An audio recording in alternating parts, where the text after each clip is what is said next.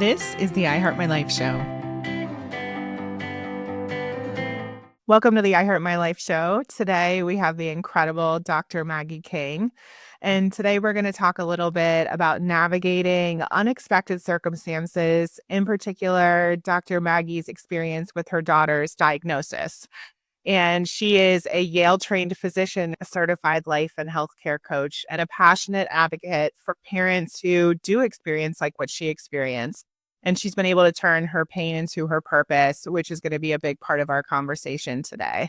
So welcome. Thank you so much for being here, Dr. Maggie. Thank you. I'm so excited to be here. Will you take us back and just share a little bit about your story? As I just mentioned, we were talking about turning your pain into your purpose. And that's a big topic of conversation for the I Heart My Life show. So many people have experiences, tragedies, challenges that lead them to the work that they do in the world. So where does your story start? Yes, thank you. Thank you for the work that you do. I think that probably we should start in 2018. I think at that point, our lives looked, I guess, for all intents and purposes, quote, normal on the outside. You know, we had 2 kids. We were traveling. We were very active as a family. And then all of a sudden, my daughter, then age 8, develops dizziness and nausea, which are so nonspecific. We really had no idea what to make of it. It persisted for a few weeks. So finally, I took her to the ER. And at that moment, really everything changed because I saw it on the MRI. That's what I do as a physician. I'm a radiologist. And so I just remember feeling like, oh my God, what is happening to our lives? It was just indescribable, that moment, because overnight it felt like, or in that moment, everything changed. And I didn't know how to move forward. I mean, her disease was very severe. She was robustly healthy, never missed a day of school. And here she is in the ICU. She can't breathe.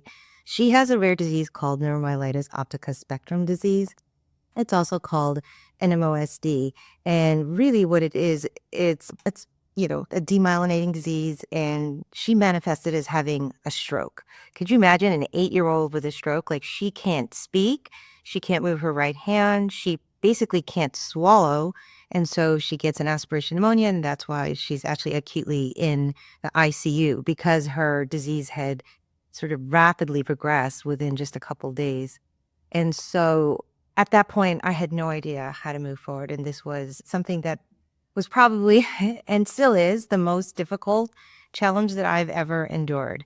And what I realized, and I actually talked about in that TEDx talk, was the difference between pain and suffering. And that's sort of how I was able to kind of move through that experience when I finally understood that my thoughts about what was happening was the thing that was making everything worse. So yes, pain is a part of life, and I needed to accept that. But really the part that I had really struggled with was the fact that I had lost control as a physician, as a mom. I wasn't able to take care of my daughter. And beyond that, I felt like I just couldn't let go of that self-blame. And so for a couple of years, I was in that state of mind, stress and frustration, resentment of myself and of the life that I thought we should be having. Thank you for sharing that. Yeah, and I have a 2-year-old, and I can't even imagine what you went through, and also being a physician and feeling like you should be able to help her and all of those pieces. So you said it took about 2 years for you to get to the place where you were more accepting. What did you do during that time to start to shift your frame of mind and how you were showing up and how you were reacting to everything? I needed help. And actually, at that point, we were entering the pandemic in 2020. And so I guess like at that 2-year mark was my sort of my low point. And when I was like, when we were all in the pandemic lockdown, I was on the internet. So through Facebook, I found this physician coaching group. And so I hired a coach. And so that was the help that I felt like I needed at a time when I was very much lost. So through the coaching process, I was able to kind of look at my thoughts, as I thought for some reason everything that was happening in my head was just truth, and that was my reality, and that's it. But actually, and I think you and probably a lot of your audience knows that it's really our thoughts and how we think about our situation is how we respond to our situation that can create that layer of suffering or could create openings in seeing other opportunities. So I think that was the place where my coach helped me get to understand and to like really take apart my thoughts and question them as to, I guess, the truth or, to the degree that it was serving me and why I was holding on to that particular thought.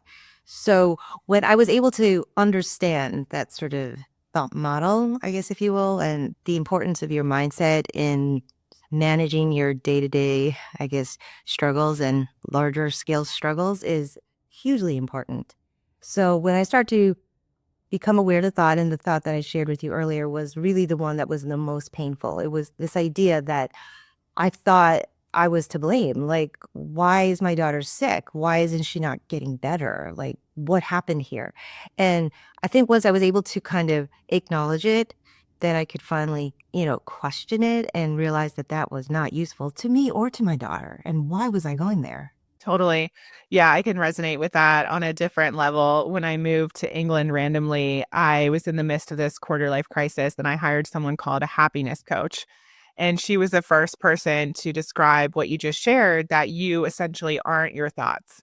And you don't have to think every thought and buy into every thought that comes, around and around and around through that cycle.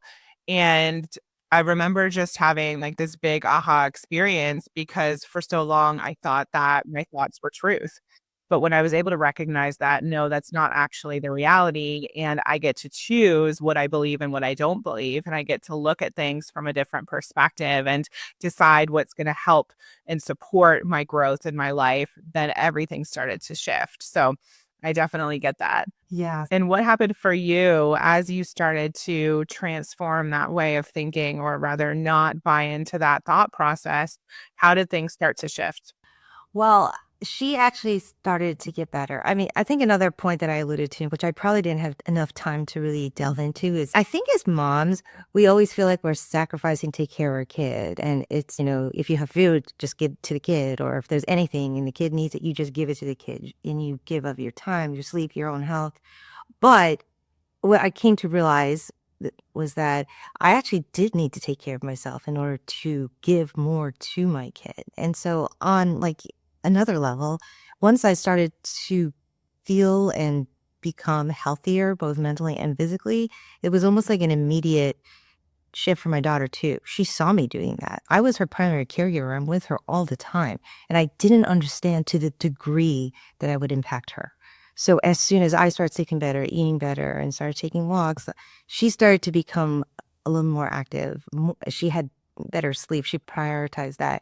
We started cooking meals together. And so I really felt like that was the first sort of aha moment, I guess, like in my observing my personal improvement and as it translated to her.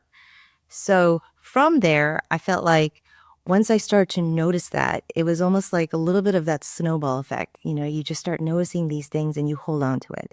Like the first time when she came home and she started to feel better and she started to laugh with her older brother, I was thinking, oh my gosh, this was like the first moment of joy that I had felt in so long that I almost kind of forgot about it. And so once I noticed that, I just held on to that. And when you do that, you notice other moments like that. And the opposite is also true, obviously. Like if you live in a world where everything is horrible, you are going to notice everything that's horrible.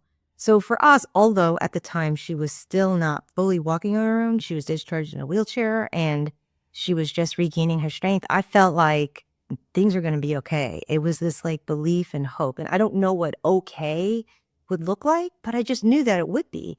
And in fact, today, here we are years later, she's thriving. She's finally back in full-time school. She did have to take a year back because of all the schools she missed, but we are going to Rare Disease Week on Capitol Hill next week. She's speaking at the Rare Disease Caucus, and I became a speaker. I shared the talk. We help, we're a member, both ambassadors to our foundation, the Sumire Foundation for NMOSD. So I think things started to really take off and our lives started to take on a completely different energy and appearance, and our experiences are vastly different. Our community is bigger.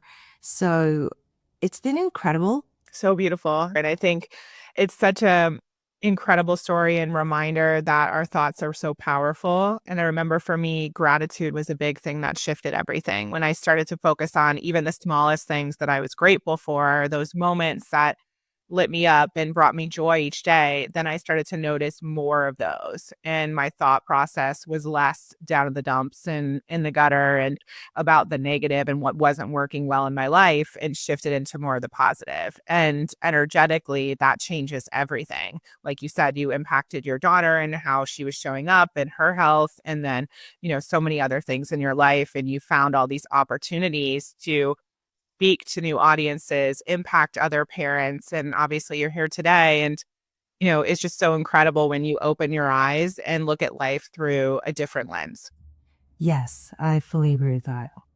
And so, have you gotten to the point? I'm not sure if anyone ever does, but I'm curious to know your answer to this. Have you gotten to the point where you're grateful for your daughter going through that experience?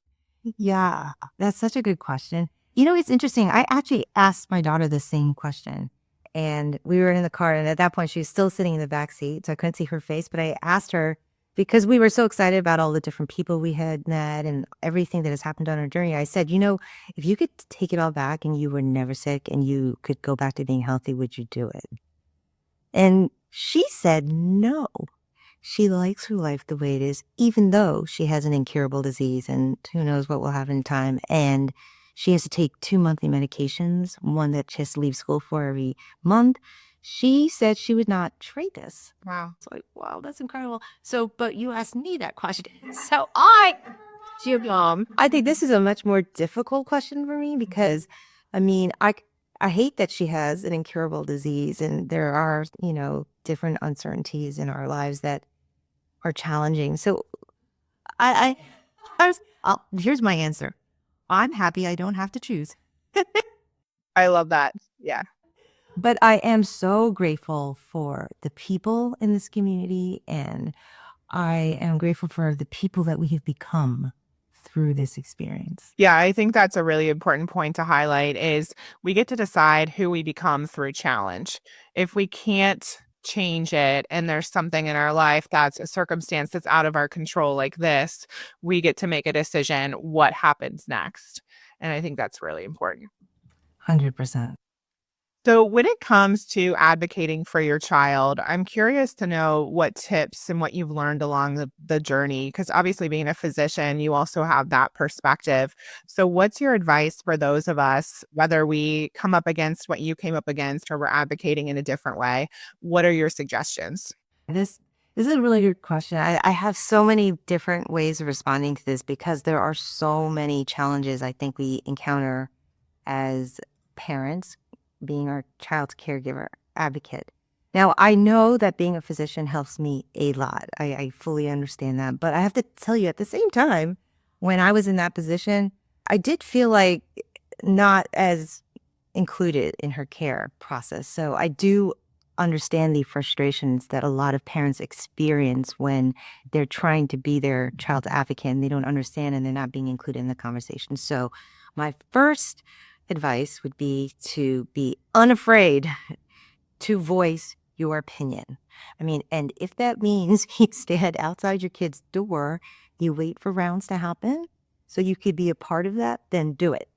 Tell the physician, the resident, or whoever is sort of coming into your room that you want to be a part of rounds. And that's, of course, only if your child is in the hospital. Outside of that, I would say another tip I give is that when you're in a conversation with any doctor, like a specialist, for instance, is someone that you haven't maybe had developed a relationship over years. So you just see that person for that problem. And it's harder to kind of cultivate that level of trust and communication. So I would say in situations like that, definitely either have like a note-taking app or a physical notebook and bring it in and have your questions in advance prepared. And when you talk to the doctor at the end of it, you summarize and be like, okay, so my understanding is this. You're thinking that this is a complication of her medication. And so the plan is that she's going to be taking this antibiotic, let's say. Are you going to order it right now? Do I go pick it up on my way home? Be that specific. Because sometimes they'll forget. They'll be like, oh, no, we already put the order in. You just go straight over there. Perfect. And how will I know the results of that lab test? Because obviously we're going to get our lab drawn right now. But what's the follow-up? Are you going to call me? I want to have a conversation about what that means and if we're going to have to do another one. And then say in your notebook, time and the date of follow-up. And then even for imaging, that's also because I'm a radiologist, I know how complex that is. And so if they say you have to get an MRI, you have to have like the actual written note. Is it with contrast or not? Do you have to be like pre-medicated? Are you making the appointment or am I? And these are all questions that have to be crystal clear when you leave, because calling into that office again, as everybody knows, you're going to be on a phone tree. You may not get the doctor ever again. So I feel like you have to be very clear when you leave that office. And if you find you're too emotionally distraught and you don't have the ability to do that, bring someone with you. How long was your daughter actually in the hospital? 5 weeks. Wow. Yeah. And then when you came home, were you able to continue to work? What did that look like?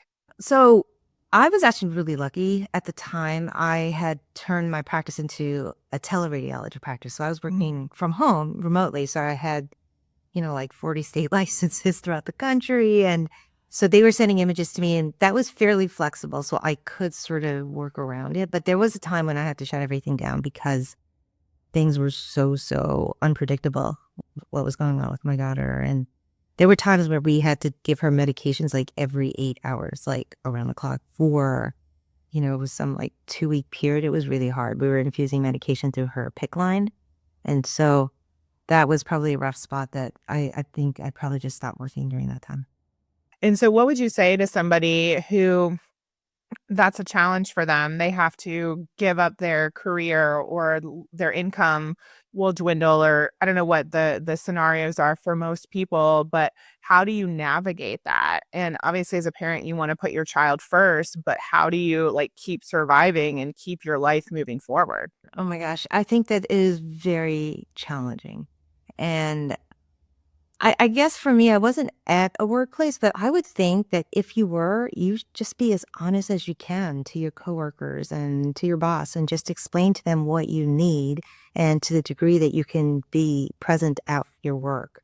And I guess also one thing I would also say is obviously you do need a degree of flexibility. However, if you do want to stay committed to the work that you're doing, in addition to the parent being primary caregiver, I think that you need help. So if you can enlist people from work to help you out, to cover you, if you need to take your kids to the doctor's appointment or pick up some medication, that's usually helpful, but also in your general community. I think this is really hard for most of us. I don't know why, like, asking for help is just a tough thing, but people want to help, especially in situations of acute trauma like this. And so get somebody to organize meals, get someone to organize help for, like, if your child has a sibling that needs to go to practice, get picked up from the bus stop, your dog needs walking. I think have somebody to coordinate all of that for you. I found that the meals were enormously helpful. After long days and we just didn't have time to think about the food, there would be a warm meal on our porch every night. And that was incredible. So I think, like, really, really utilize your friends, your community, and ask for help. And I think for anyone listening who knows of someone going through what you experienced, or even I'm thinking of my friend from high school, one day she woke up and her 2-year-old son had passed away in his sleep. Like yeah, like horrific. And I remember talking to her about a year after that happened, and she said the thing that's been really hard lately is that people have forgotten what they went through and they're no longer checking in, and the meal trains have stopped, to your point. And so just remembering to check in and do what you can for people who are going through something like that and help organize the meal train. And it's not just going to be for the first few months, but they might need support long term. And I'm sure for you, there's stuff that comes up years later from the trauma of experiencing that. And so I'm curious to know, how have you processed that for yourself and gotten support, even 7 or so years later? Yeah, such a good question. And that's an excellent point that your friend made. I have found that to be true too. Even when my mom passed away, it was like everyone was all in that first couple weeks and then it was crickets beyond that. And I also felt that with Nell. And I think that most moms or parents who are experiencing this very long caregiver journey experience the loneliness, which is a powerful emotion that comes with that. So in response to your question, how have I sort of processed and managed it? Well, not only during the time that I work with my coach did I process a lot of those emotions, but every time I help somebody else, It's like listening to somebody else's story and being able to help them and support them through it helps me. And I know my daughter feels the same way because, she wrote a book about her experience, and whenever she shares it with people and talks about her journey, it is itself healing, even though you're doing it as a gift to other people. And when we go to Rare Disease Week, because we have our health and our ability to walk and speak and do the things that we do, we feel even more kind of grateful and empowered to do the work for others who can't. So when we go to Rare Disease next week, that is also still part of our healing journey. And it's like a feeling of not only gratitude, but incredible joy to be connected to people who are so unbelievable. And so we feel really inspired and, again, grateful to be part of that community. I love that. And you mentioned a few things that were really supportive as you were going through it. And I'm just thinking about my mom. She was my grandma's caregiver for 15 years while she suffered with dementia. And there was a lot of stress and, so much to navigate. What are some of the tips, the things that worked for you while you were in it to try and remain sane and take care of your health and continue to put yourself first so that you could provide for your family and support your daughter? Yeah. And I think you just answered it, honestly. Like the most important thing actually is to take care of yourself. And I know it's, everyone's sort of heard those things about like, oh yeah, you put your mask on first and all of that. And that is 100% true. But I know that that never resonated for me. So I want to explain it in a way so other people can understand and like really believe that it's not selfish to take care of yourself first. And in fact, it is the only way to do it because it's not sustainable to just like give, give, give. You're not going to be able to be there for that person when they really need you down the road. So also, I do want to kind of mention on the sidebar, Jill Bolt Taylor. I don't know if you've heard of the book. Yeah. I struggle with say that was amazing. One thing that she said in her book that has stayed with me, and maybe it's because I'm a physician, she said even though in her unconscious state that she could like feel the energy of people entering her room. So if anyone was sort of like not calm or like stressed or whatever, like she could feel it, even though she wasn't alert. And so I always think about that whenever I enter somebody's space, because it's like, even though they may be in a coma, they can feel it. And that is, even amplified, but for kids, I would say, who feel and see everything, right? And so I think that if I did not take care of myself, my daughter would immediately pick up on it and feel stressed for me. And then her well-being would be compromised. So I knew that 100% I needed to care for myself. And that was in no way being selfish. So that for me meant taking a walk during the midday. Like I need to see the sun and be a part of nature. And even just like sitting with my cat, like that's hugely therapeutic. I mean, I just think my cat is so funny.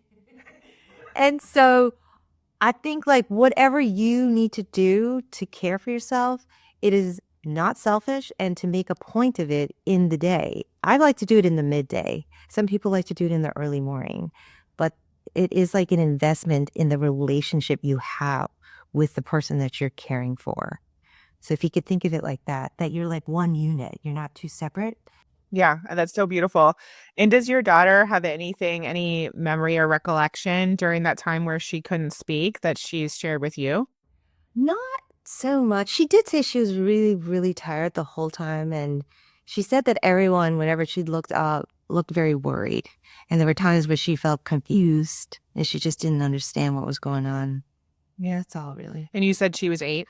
Hmm. Okay, wow. So I'm curious to know how all of this has influenced the work that you do in the world now, and also where people can find you if they want to know more about your story or even work with you.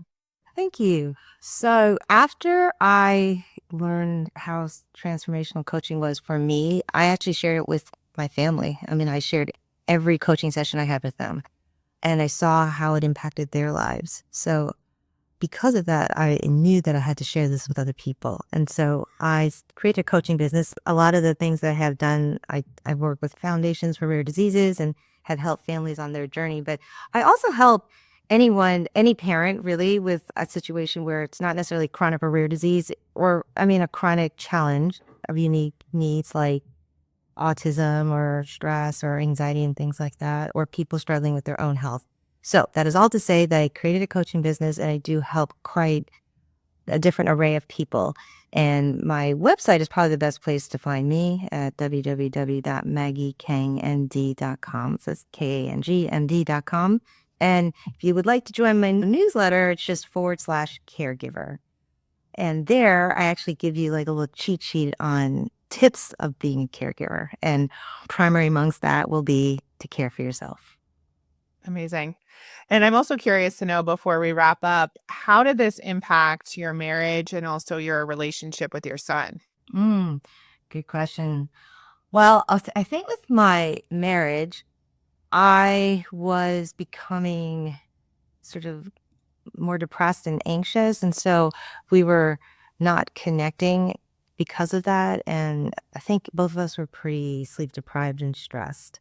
He had his work. So in some ways, like said Scott, my husband, in some ways that kind of kept him buoyed. He had a very regular routine. I was sort of in it more on my own. So in that way, it was hard for us to communicate about our days. I don't know that there was really resentment per se, but I just felt very disconnected from myself. And in that way, I can't really connect with any other person. But so Scott recognized that one day and he said, "Oh my gosh, you look really not good. Like, you need to get some help." And I thought, okay. So that's when I heard coach. So after that, our relationship vastly improved. And I was able to share with him so much of the coaching and how I was thinking about things and like why I was thinking about things in that way. So it was probably, yeah, it was like night and day. And that is probably how best to characterize our relationship. With my son, I felt like he was like so actually amazing through the whole process. Like I think he was alone, but my sister came to spend time with him. And so they developed a relationship and she helped to kind of be the barrier for him with all of what was going on. And so I think that he and I were not fully connected at the time that Nell was in the hospital during her acute care. But after she came home, we started talking more and we, I don't know, like we had our moments of connection. I remember this one time, like actually she was about to come home and I was so scared and Scott was at the hospital. We were alternating and I was sitting on the stairs with my son and I was like, oh my gosh, Jake, maybe we should pray or something like that. Everything's going to be okay. And we never do. Like, we don't go to church. We're even like, we're nothing religious. But I was like, maybe we should just do that, you know? And then he did. He prayed with me. And it was just like this very tender moment. And I would say our relationship is impacted by this whole experience even to now. Like I tell him a lot about coaching even now. I tell him about what had happened to me back then, even now. When my son was applying to colleges, he wrote about his experience watching Nell be sick. And so we bonded over that. And so I feel like it wasn't exactly at the time of trauma that our relationship really kind of developed in that way. It was over time where we were both open to talking about it at moments when it felt right. That's so interesting. And I was just curious because I feel like we've all heard the stories of people being, torn apart through tragedy and challenge. And I'm always curious to know how people maintain the relationship or come back together once they're through that process. So thank you for sharing that. Of course. So the final question that we ask all of our guests here is, what is one way that people can create a life that's better than their dreams, that far exceeds their wildest expectations or imagination? How do they create that life? I would say two things really. One is to don't be afraid to dream it. And I don't say that lightly because I think before all of this, I was a very practical person. You know, I was thinking, oh, you just get a good education, get a nice job, and take care of your family, and that's good. And I don't know that I really gave myself the chance to see myself in any other capacity. And I think after this, it was like there were no more rules. Like life was just life, and you just dream what you want. And I think when I saw that the life that we had before was not one that we were going to sort of recreate, but we were going to have to recreate a new one. It was like all the options were there. And so now I thought, no, I want to be fearless. I want to have a life where I'm like connecting with people that I deeply care about that may need to connect with me. And I realized like my daughter and I are very similar in this way. We love being part of a community of people that have that kind of incredible joy and willingness to dream, like being part of Rare Disease Week. I mean, we are up against a lot of obstacles, as you might suspect, with the new administration. And so a lot of what we had been working toward has sort of been set back by a lot. And so we are with a community of people that don't see obstacles. Like we're all coming to Rare Disease Week in February, and we're going to advocate passionately and fight for the people and the things that we believe in. So this is, I think, a dream that I never knew that I could have. Like, and so that's one, just keep dreaming and be open to anything. And two is going back to the same thing. And I'm so glad we had this through line going through this conversation, is that, and always just care for yourself. Like, I don't know how more I can underscore that, and because I'm a person that literally never cared for themselves. Like, Yeah. and you go through the internship and residency, like you don't eat right, you don't sleep right, like you do nothing for yourself, right? And so, and also I don't like emotion. Or prior to this experience, I'm like, what? No, that's a waste of time. Let's not do that. And so now, no, that's a huge part of my life. My daily sort of experience of my life is to just recognize how I'm feeling and just to kind of understand like what's happening in my head. And so I guess those are the two pieces that I have, and they seem somewhat disparate, but really they are similar in that your mind is, and your thoughts and your dreams and your hopes are all connected with how you see yourself and the world. So beautiful. I love it. Couldn't agree more.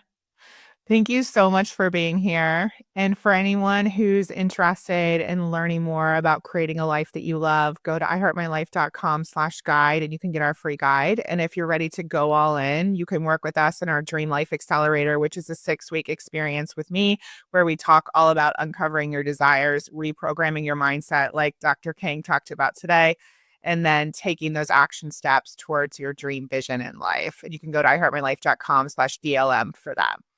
So thank you so much, Dr. King. Appreciate you. Everyone go watch her TEDx talk. It's incredible. Visit her website, follow her, and just thank you for doing this work in the world. I so appreciate you. Oh, thank you. I feel the same way about you. Thank you for listening to the I Heart My Life show. If you enjoyed this episode, please share it with 3 friends or post about it on social media using the hashtag #IHeartMyLifeShow. And don't forget to rate and review the show on Apple Podcasts. It really does help us spread the movement far and wide.